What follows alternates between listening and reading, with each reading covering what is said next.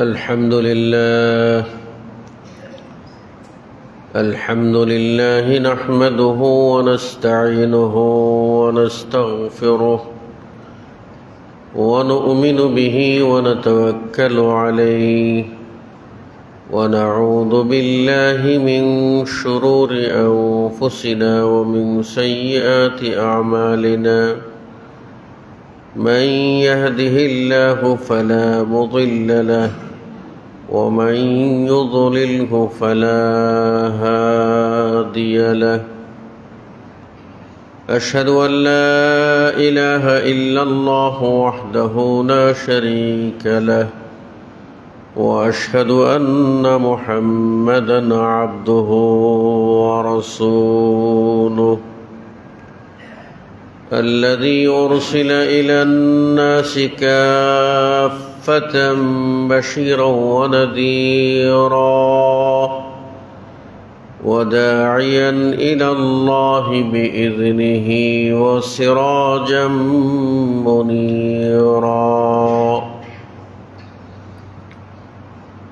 أما بعد فإن خير الحديث كتاب الله وخير الهدي هدي محمد صلى الله عليه وسلم وشر الأمور محدثاتها وكل محدثة بدعة وكل بدعة ضلالة فقد قال الله تبارك وتعالى في كلامه المجيد بعد أعوذ بالله من الشيطان الرجيم ولو آمن أهل القرى واتقوا لفتحنا عليهم بركات من السماء والأرض الآية وقال النبي الأمين صلى الله عليه وسلم اتق الله حيثما كنت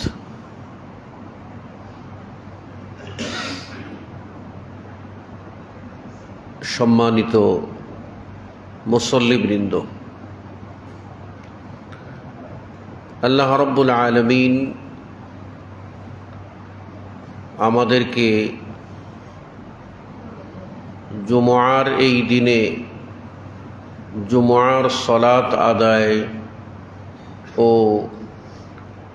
বেশি নেকি অর্জনের তৌফিক দিয়েছেন বলেই আমরা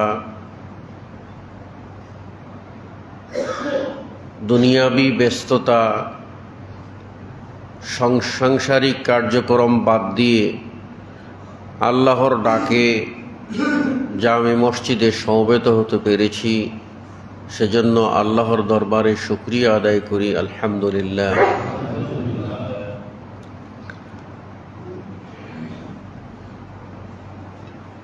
মানুষ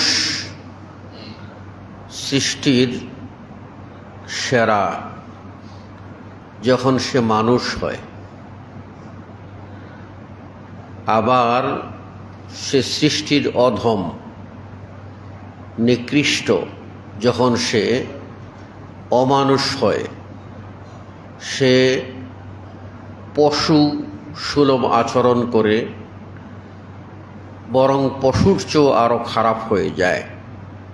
আল্লাহ রাব্বুল আলামিন বলছেন যে ওয়ালাকাদ যারানা লিজাহান্নামা কাসীরাম মিনাল জিন্নি ওয়াল ইনস,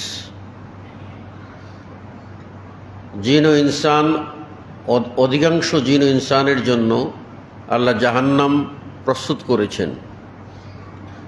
কারণ ব্যাখ্যা করে বলছেন লাহুম কুলুবুন লা ইয়াফকাহুনা বিহা, তাদের বুধ শক্তি আছে কিন্তু তারা বুঝে না।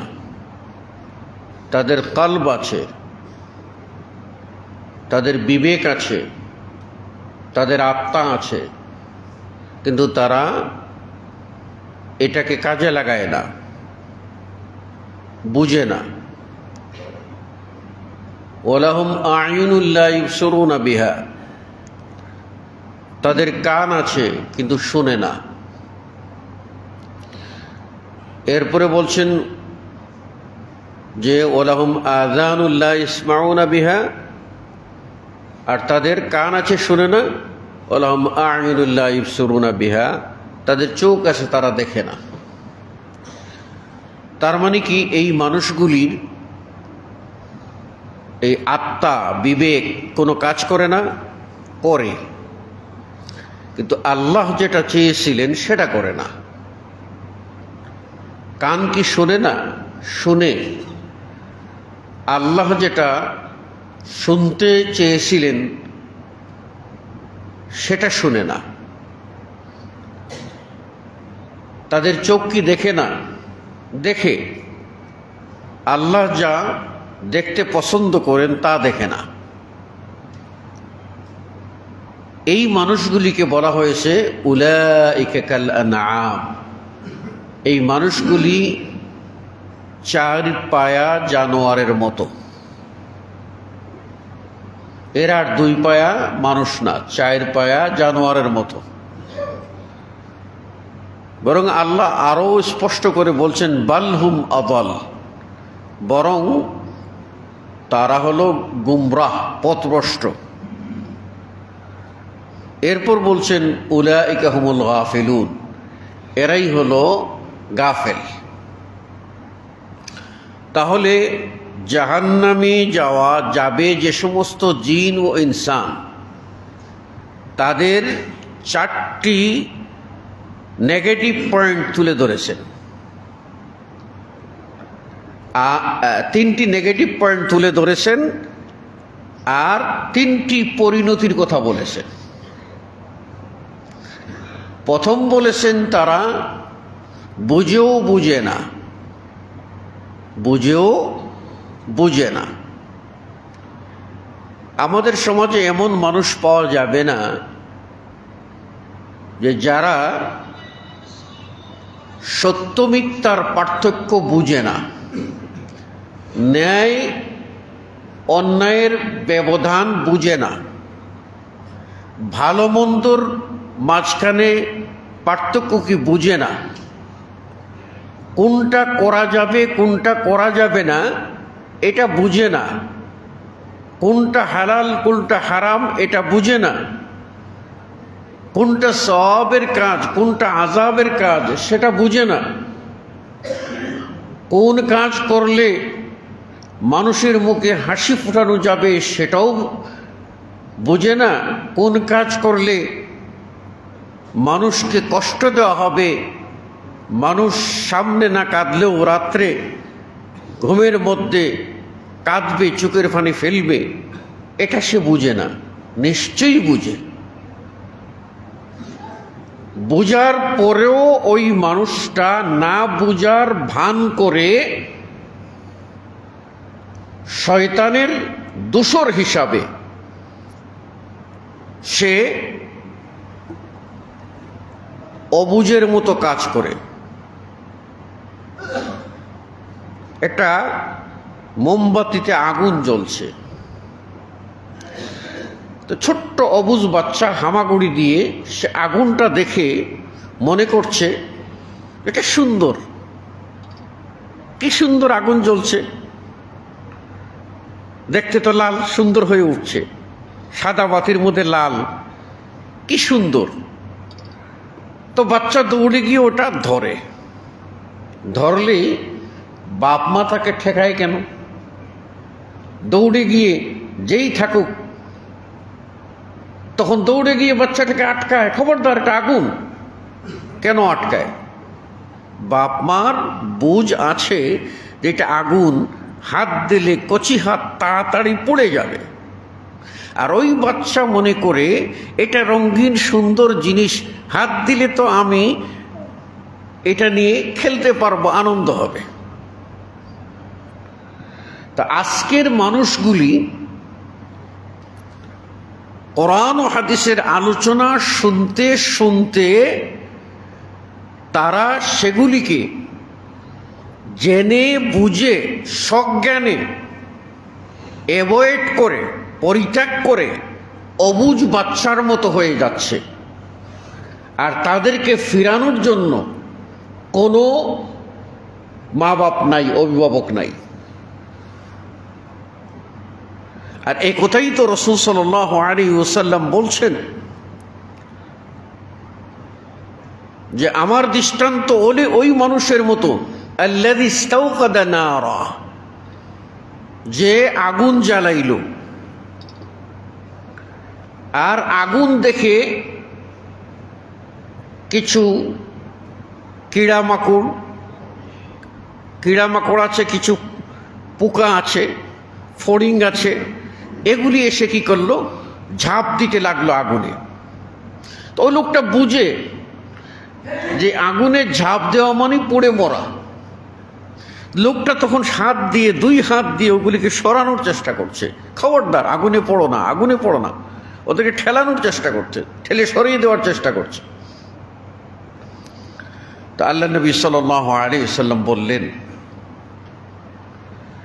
যে ওয়া আনা আখিযুম বিহুজাজিকুম, আমি দেখছি তোমরা জাহান্নামের আগুনে পড়ে যাচ্ছ, সেই জাহান্নামের আগুন থেকে তোমাদেরকে বাঁচাবার জন্য তোমাদের কোমরের রশি ধরে পিছন থেকে আমি টানছি, খবরদার ওই আগুনে যাইও না। তারপরেও তোমরা বুঝো না।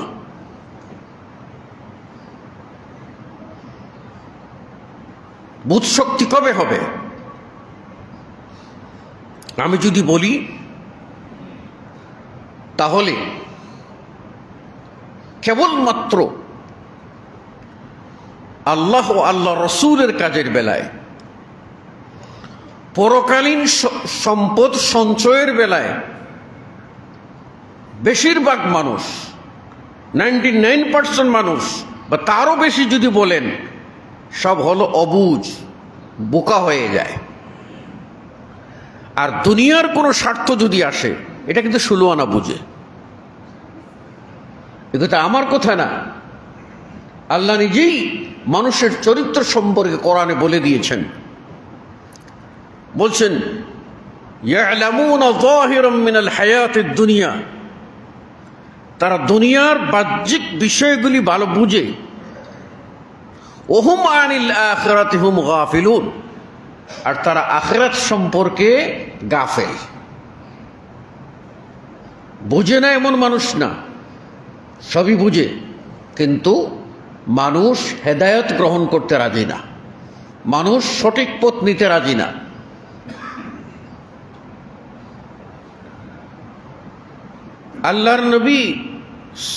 আল্লাহর নবী, সেই নবীর সম্পদ, তার গবাদি পশুর পাল পুড়ে সব ধ্বংস হয়ে গেল। তিনি বললেন ইন্না লিল্লাহি ওয়া ইন্না ইলাইহি রাজিউন। আহারে নীলরে সব রে, খাবো কি না, দিয়েছেন আল্লাহ, নিয়েছেন আল্লাহ। বাড়িতে এসে শুনলেন সন্তানগুলি মারা গেছে, বললেন ইন্না লিল্লাহি ওয়া ইন্না ইলাইহি রাজিউন।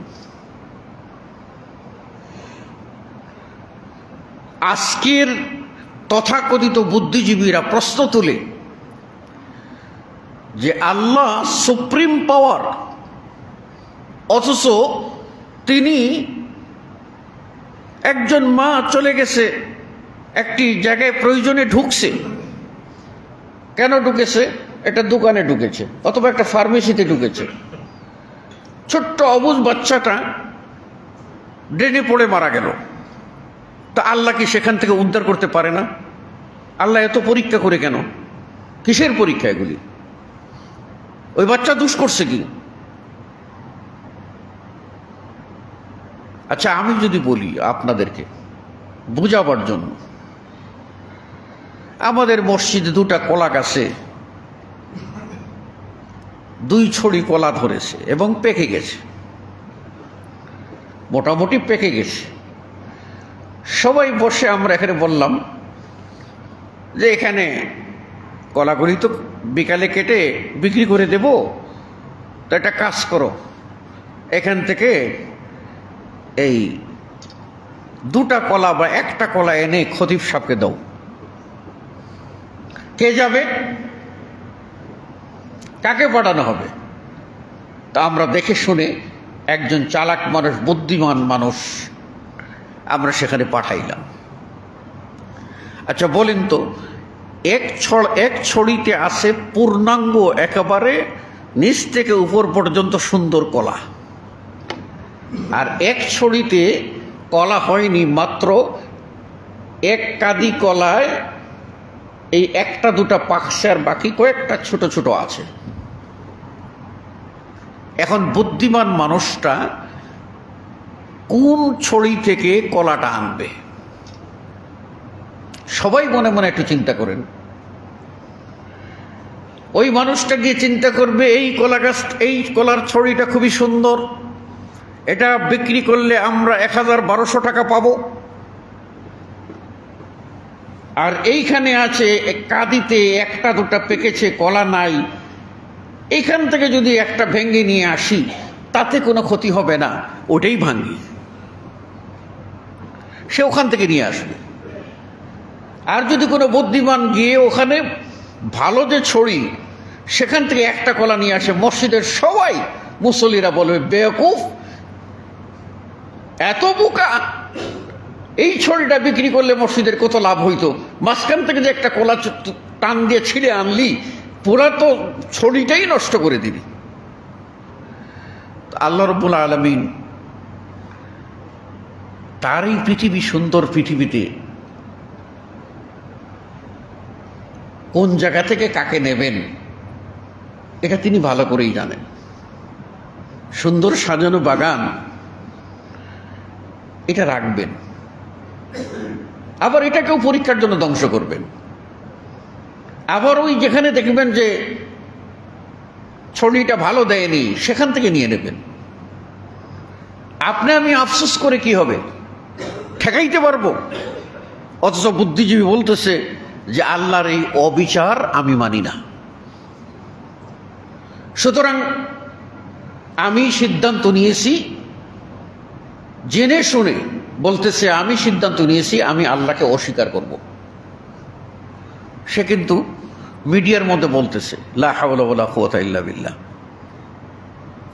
তাহলে এই যে বিষয়টা, বোধ শক্তি আছে, কাজে লাগায়নি। কান আছে শুনে না, কান আছে শুনে না। আমাদের কান আছে, আমরা শুনি। কি শুনি?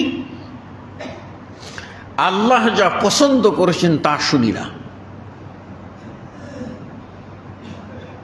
এখানেই যদি একজন কোরআন তেলাওয়াত করে আর বলা হয় যে আজকে জুমার সলাতের পরে 1 ঘন্টা কোরআন তেলাওয়াত করা হবে, দেখবেন মসজিদ খালি, মুসল্লি নেই, সব বেরিয়ে চলে গেছে। আর যদি বলা হয় যে আজকে এই স্টেডিয়ামের ভিতরে এটা গানের আসর বসবে, সেখানে যাওয়ার জন্য, জায়গা দখল করার জন্য আগে ভাগে ওখানে বসার ব্যবস্থা করে আসবে, কিছু নাই, একটা জুতা রেখে আসবে, একটা জুতা রেখে আসবে। মসজিদে বসেছে, সামান্য পেশাবের চাপ দিয়েছে, যেতে হবে, শরীয়তের বিধান, পেশাব রাখা যাবে না, পায়খানার চাপ রাখা যাবে না। আল্লাহ নবী সাল্লাল্লাহু আলাইহি ওয়াসাল্লাম বলছেন যে ওয়ালা হুয়া ইউদাফিউল আখবাসান, যখন দুটি অর্থাৎ পেশাব পায়খানার চাপ আসবে তখন সলাৎ চলবে না, বেরিয়ে যেতে হবে। সলাতে থাকবে ইতমিনান, পরিতৃপ্তি, কিন্তু চেপে ধরে মনটা বাথরুমের দিকে থাকবে আর এখানে শুধু খালি দেহ থাকবে মসজিদে, এটা আল্লাহ পছন্দ করেন নাই। যেতে বলেছেন, কিন্তু ওখানে পেশাব ধরেছে, গানের টানটাও ভালো লেগেছে,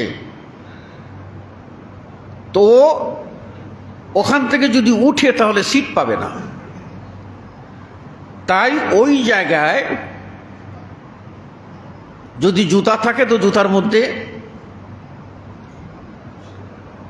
ড্রেন ক্লিয়ার করে, আর তা যদি না থাকে তাহলে পা দিয়ে মাটি গর্ত করে ওর ভিতরে ড্রেন ক্লিয়ার করে, তারপরেও মগর উঠবে না।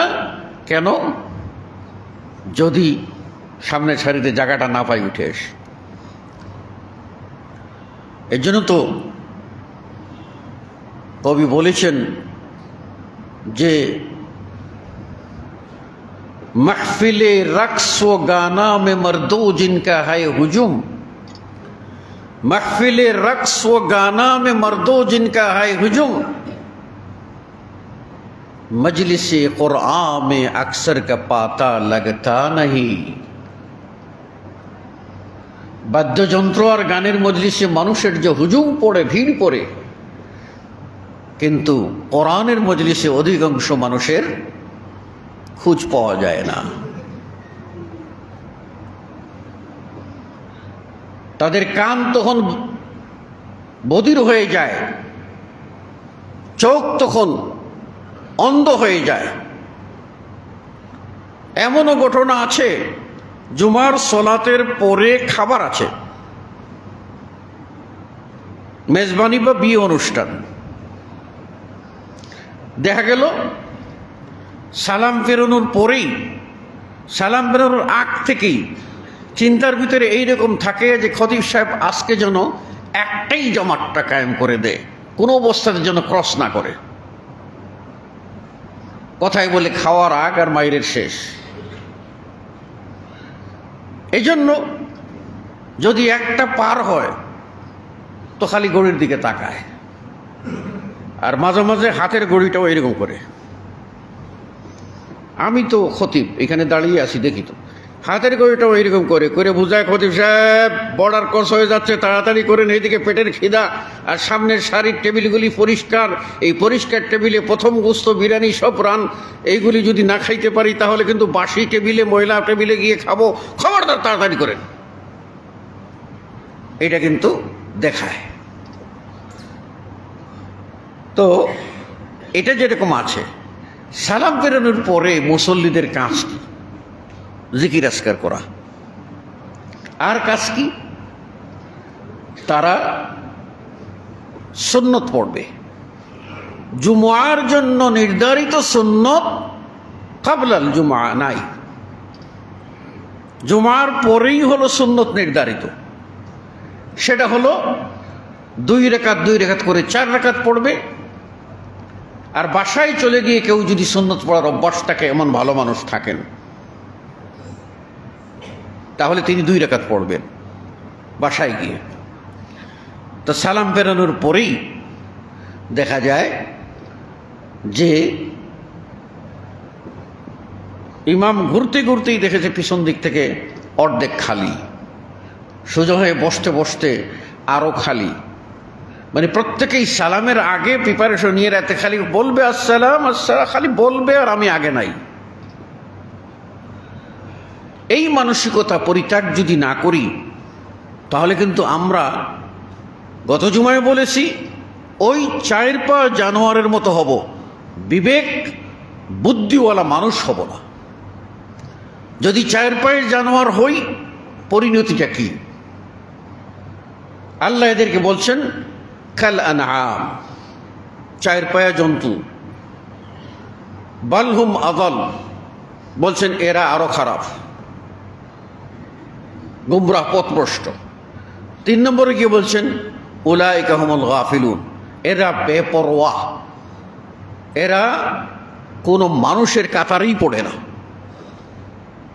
এখন আল্লাহ স্পষ্ট করে ওয়াজ করেছেন, আমরা শুনবো, আল্লাহর ওয়াজ মানব না, তাহলে কি লাভ? আমরা কি পরীক্ষায় উত্তীর্ণ হতে পারবো? আমরা কি মুত্তাকি পরহেজগার হতে পারবো? অথচ আল্লাহ রাব্বুল আলামিন তিনি মানুষদের ভিতরে সর্বশ্রেষ্ঠ মানুষকে, তার কাছে সবচেয়ে প্রিয় মানুষ কোন ব্যক্তি এটা তিনি কারো নাম বলেন নাই, তিনি বলে দিয়েছেন ইন্না আকরামাকুম ইনদাল্লাহি আতকাকুম, তোমাদের মধ্যে আকরাম সবচেয়ে বেশি মর্যাদার মানুষ আমি আল্লাহর কাছে ওই ব্যক্তি যে তোমাদের মধ্যে সবচেয়ে বেশি পরহেজগার, মুত্তাকি। এখন পরহেজগার তো আমরা উর্দুতে ব্যবহার করি, এই পরহেজগার মানে কি? আমরা অনেক সময় বলি লোকটা পরহেজগার, মানে নামাজ পড়ে রোজা রাখে, এই জন্য আমরা তাকে কি বলি? পরহেজগার বলি। কিন্তু আসলে পরহেজগার বলা হয় उस आदमी को जो हर मनहियात और मकरूहात से परहेज करता है, जो दिल से अल्लाह पर एतमाद और खशियत, डरना, और उसके डर की बदौलत हर किस्म की मनहियात, मकरूहात, हर किस्म की हराम और जाहिलियात से अपने आप को बांध रखते हैं, अपने आप को रोक देते हैं, हर किस्म की हराम से अपने आप को परहेज करते हैं, अपने आप को बचा लेते हैं, वो आदमी को कहा जाता है परहेजगार। तो परहेजगार की परहेजगार तो वही व्यक्ति যে পরহেজ করে, মানে ছেড়ে দেয়। কি ছেড়ে দেয়? ছেড়ে দে ওই কাজ যা আল্লাহ হারাম করেছেন, ছেড়ে দে ওই কাজ যা আল্লাহ নাজায়েজ করেছেন, ছেড়ে দে ওই কাজ যার জন্য গুনাহ লিখেছেন, ছেড়ে দে ওই কাজ যার জন্য আল্লাহ শাস্তির ধমকি দিয়েছেন, ছেড়ে দে ওই কাজ যেগুলি জাহান্নামে যাওয়ার কারণ বলেছেন। ওই সব কাজ যে লোক ছেড়ে দিয়ে আল্লাহওয়ালা হয়, এই মানুষকে বলে মুত্তাকি, পরহেজগার। এই মানুষকে মুত্তাকি, পরহেজগার বলে। আমরা যদি মুত্তাকি হই, পরহেজগার হই, তাহলে আমাদের জন্য আল্লাহর পক্ষ থেকে খুশখবরি আছে। কারণ আল্লাহ নিজে বলছেন, আমার কাছে, আমি আল্লাহর কাছে সম্মানিত ব্যক্তিকে তোমাদের মধ্যে যে ব্যক্তি সবচেয়ে বেশি পরহেজগার। আর আল্লাহর রাসূল সাল্লাল্লাহু আলাইহি সাল্লাম নিজে বলছেন যে আমি হলাম আতকাকুম বিল্লাহ, তোমাদের মধ্যে সবচেয়ে বেশি পরহেজগার। নবী সবচেয়ে, আমাদের নবী সবচেয়ে বেশি পরহেজগার। আর তার জন্যই আল্লাহ রাব্বুল আলামিন জান্নাতের সর্বোচ্চ প্রশংসিত স্থান আল্লাহ নির্ধারণ করে রেখেছেন। তার জন্য জান্নাতের সর্বোচ্চ মহল একটাই স্থান, ওই স্থানটা আল্লাহ রাব্বুল আলামিন তার জন্য নির্ধারণ করে রেখেছেন। আর আমাকে আপনাকে বলছেন সূরাতুল আরাফ 96 নম্বর আয়াত, আল্লাহ বলছেন ওয়ালাউ আমানা আহলুল কুরা ওয়াত্তাকাউ, যদি এই বস্তিবাসী সমাজের লোকেরা ঈমান আনত, ওয়াত্তাকাউ, এবং তারা তাকওয়া অবলম্বন করত, পরহেজগারি ইখতিয়ার করত, লাফাতাহনা আলাইহিম বারাকাতিম মিনাস সামাই ওয়াল আরদ, তাহলে আমি আল্লাহ তাদের জন্য আসমান সমূহ ও জমিন সমূহের বরকতের সবকটি দরজা খুলে দিতাম। তাহলে বরকত পাচ্ছি না কেন? বরকত কেন পাচ্ছি না? বরকত দাতা আমাদের অবস্থা দেখে তিনি বরকতটাকে কি করেছেন? নিয়ন্ত্রণ করে ফেলেছেন। আমরা যদি সেই রকম ঈমান এবং তাকওয়ার পরীক্ষা উত্তীর্ণ হই, তবেই আমাদের জন্য বরকতের দরজা উন্মুক্ত। আল্লাহ রাব্বুল আলামিন এই মুত্তাকি মানুষের জন্য জান্নাত নির্মাণ করেছেন। আল্লাহ এক জায়গায় বলছেন উইদ্দাত লিল মুত্তাকিন, জান্নাত মুত্তাকি পরহেজগার মানুষের জন্য। অন্যত বলছেন মান কানা তাকিয়া, ওই ব্যক্তি জান্নাতে যাবে যেই লোক মুত্তাকি পরহেজগার। মুত্তাকি ও পরহেজগার ব্যতীত কেউ জান্নাতে যাবে না। এজন্যই আল্লাহ রাব্বুল আলামিন অন্য জায়গায় বলে দিয়েছেন ইন্নামা ইয়াতাকাব্বালুল্লাহু মিনাল মুত্তাকিন, আল্লাহ কেবল মুত্তাকি মানুষের ইবাদত কবুল করবেন। আপনি কুরবানি করেন, আপনি হজ করেন, আপনি যাই করেন না কেন, আল্লাহ ইবাদত কবুল করবেন কার? মুত্তাকি মানুষের। আপনি হজ করে এসেছেন, শতবার হজ করেন, কিন্তু মুত্তাকি হতে পারেন নাই। আপনি যতই যা কিছু করেন, আপনি মুত্তাকি হতে পারেন নাই। গতকালকে একটি বাস্তব ঘটনা শুনলাম যে আমাদের সমাজে বহু মানুষ এইরকম আছে যারা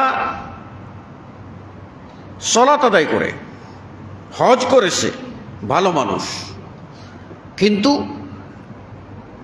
সে সম্পদে এই সম্পদ হয় বউয়ের নামে লিখে দিয়ে যায়, না হয় এই সম্পদটা তার আপন বোনদেরকে বঞ্চিত করে, বা কন্যাদের বঞ্চিত করে, বা ছেলে কাউকে বঞ্চিত করে। তা একটা বাস্তব ঘটনা শুনলাম এবং সেই লোকগুলিও চিনলাম।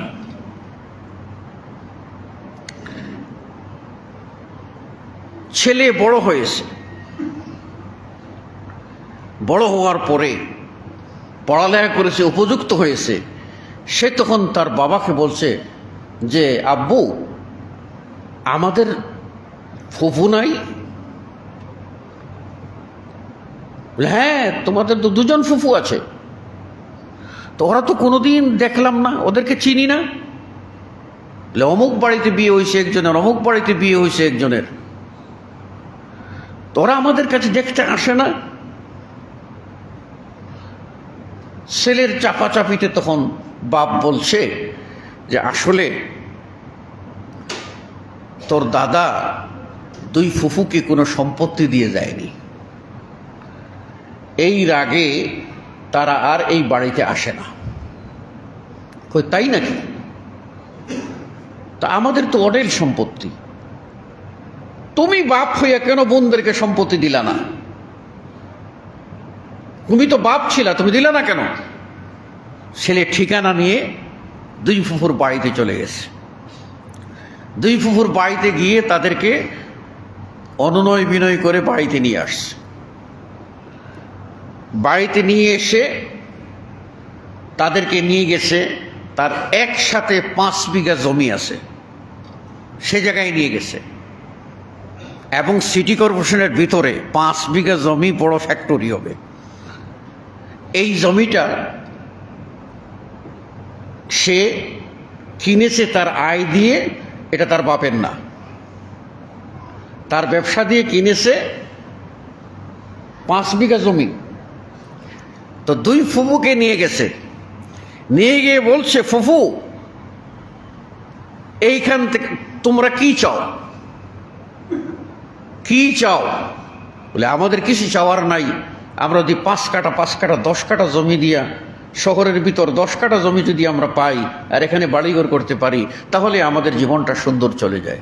চলো,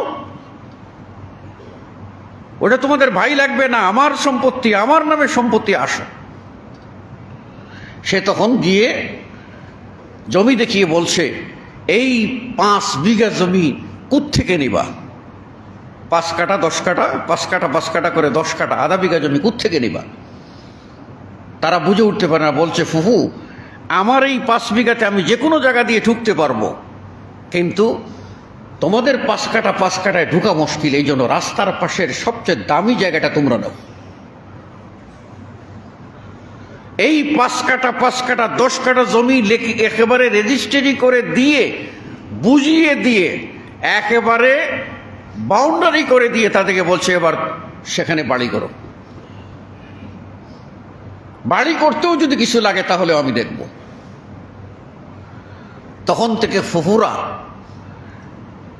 এই ভাই বেটা ভাইপো বা ভাতিজা যাই বলেন তাকেই বাপ ডাকা শুরু করেছে যে তুমি আমাদের বাবা। এবং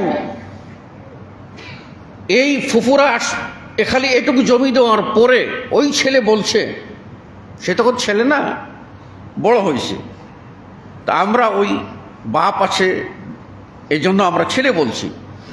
ওই ছেলে বলছে যেখানেই হাত দে সেখানেই তার লাভ। ওই ফ্যাক্টরি ওই জায়গায় ফ্যাক্টরি করবে কাকে পাচ্ছিল না, 2 কাঠা খালি 5 কাঠা আলাদা করেছে আর বাউন্ডারি করেছে, সাথে সাথেই তার ফ্যাক্টরি পুরো ভাড়া হয়ে গেছে। লাভের পর লাভ। চাক্ষুষ বলল যে আল্লাহর কসম, আল্লাহ রাসূল সাল্লাল্লাহু আলাইহি ওয়াসাল্লাম বলছেন যে দান করলে মাল কমে না বাড়ে, আমি তার স্বয়ং প্রমাণ, দান করলে মাল বাড়ে।